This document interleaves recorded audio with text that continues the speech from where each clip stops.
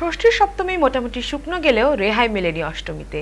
মঙ্গলবার দুপুর থেকেই ঝিরঝির বৃষ্টিতে ভিজছে কলকাতা, রাতেও টিপটিপ বৃষ্টি। কিন্তু এখানেই শেষ নয়।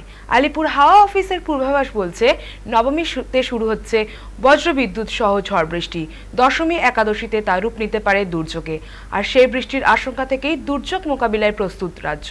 নজরদারিতে খোদ মুখ্যমন্ত্রী। বৃষ্টি যেন কিছুতেই পিছু ছাড়ছে না। সেপ্টেম্বর পেরিয়ে অক্টোবর শুরু হয়ে গেল, আর শুরুতেই ফের নিম্নচাপ। শারদীয়ার উৎসবের আমেজের মাঝেই বৃষ্টির পূর্বাভাস নিয়ে উদ্বেগ বাড়ছে শহর ও মফস্বলে।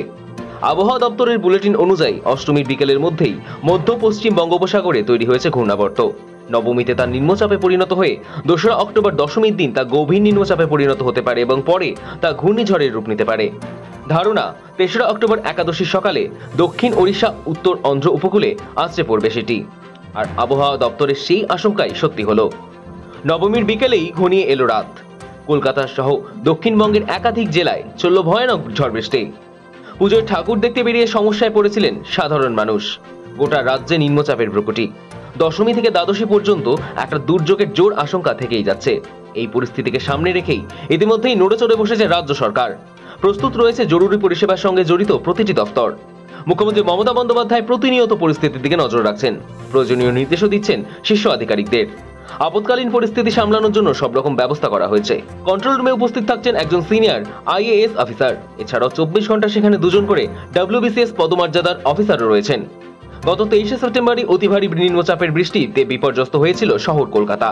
হাওয়া অফিসের পূর্বাভাস সত্যি করেই গত 22শে সেপ্টেম্বর রাত থেকে শুরু হয় বৃষ্টি। 5 ঘন্টায় গড়ে 250 মিলিমিটার বৃষ্টি হয়, যা রেকর্ড। ফলে জলমগ্ন হয়ে পড়ে প্রায় গোটা কলকাতা। উত্তর থেকে দক্ষিণ জলবন্দী হয়ে পড়েন মানুষ। পুজোর মধ্যেও সেই বৃষ্টির সম্ভাবনা। সেই সব দিক মাথায় রেখেই আম জনতার স্বার্থে প্রস্তুত রাজ্য সরকার। জানা গিয়েছে 7ই অক্টোবর পর্যন্ত দুর্গোৎসবের জন্য কন্ট্রোল রুম চালু থাকছে। কালী পুজোর জন্য 20 থেকে 24শে অক্টোবর দ্বিতীয় দফায় চালু থাকবে কন্ট্রোল রুম। ছট পুজোয় 27 ও 28শে অক্টোবর চালু রাখা হবে কন্ট্রোল রুম। মুখ্যমন্ত্রী মমতা বন্দ্যোপাধ্যায় ব্যক্তিগতভাবে আবহাওয়া পরিস্থিতির উপর নজর রাখছেন এবং প্রতিনিয়ত শীর্ষ প্রশাসনিক আধিকারিকদের সঙ্গে যোগাযোগ রেখে চলেছেন। যে কোনো ধরনের আপৎকালীন পরিস্থিতি সামাল দেওয়ার জন্য তিনি পরিষ্কার নির্দেশ দিয়েছেন। কলকাতা পুরসভা, নগর উন্নয়ন দপ্তর, সেচ দপ্তর, বিদ্যুৎ দপ্তর, স্বাস্থ্য দপ্তর, দমকল এবং বিপর্যয় মোকাবিলা বিভাগ যৌথভাবে কাজ করছে।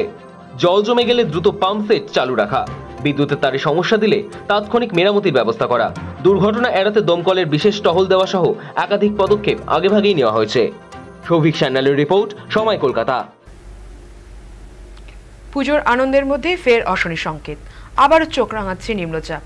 আবহাওয়া সূত্রে খবর, আগামী কয়েকদিন কলকাতা সহ একাধিক জেলায় ভারী থেকে অতি ভারী বৃষ্টির সম্ভাবনা রয়েছে। তার জেরে ইতিমধ্যেই জারি করা হয়েছে হলুদ সতর্কতা। পরিস্থিতি মোকাবিলার জন্য জরুরি বৈঠক করছেন কলকাতা পুরসভার মেয়র ফিরহাদ হাকিম। এই বৈঠকে উপস্থিত ছিলেন পুর কমিশনার ধবল জৈন, পুরসভার সচিব স্বপন কুমার কুন্ডু সহ শীর্ষ আধিকারিকরা। বৈঠকে শহরের জল জমার প্রবণ এলাকা, নিকাশি ব্যবস্থার উন্নতি, পাম্পিং স্টেশনগুলির কার্যকারিতা এবং জরুরি পরিষেবা দ্রুত সচল রাখার বিষয়ে বিস্তারিত আলোচনা হয়েছে। এ বিষয়ে মেয়র জানিয়েছেন, পুজোর দিনগুলিতে যাতে নাগরিকদের কোনো অসুবিধা না হয় সেজন্য সব রকম প্রস্তুতি নিচ্ছে পুরসভা।